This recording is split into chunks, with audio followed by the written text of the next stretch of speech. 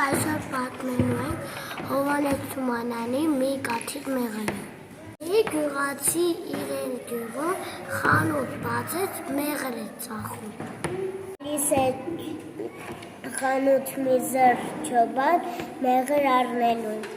Մեղր տալուց մի կաթիլ ցած է ծորում։ Այո։ Մի ճանճն է գալիս ու նստում մեղրի կաթիլի վրա։ Այո։ Այդ ժամանակ խանութի տիրոջ կատուն սատկացնում է ծանծին։ Այդ ժամանակ հովիշունը վրա է հասած,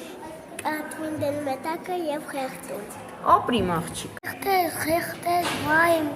կատու, դու շատ կեր շամ որդիշում։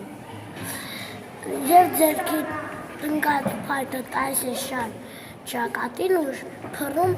կատվի կողքը։ Կեցես տիրա։ Տունդ քանդվի այ խանութ բան։ Ձերքի մահակով ողում է սպանում է խանութ բանին։ Իսկ գալիս են հովիվին սպանեն գյուղացիներ։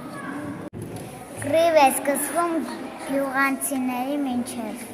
Կռվի լուրը գնում է հասնում է թագավորների։ Եվ թագավորները հրաման են տալիս, որ Իրար դեմ։ իրար դեմ կռվեն։ Այո։ Կռիվը չէր դադարել, սով եկավ, տարած։ Միմյանց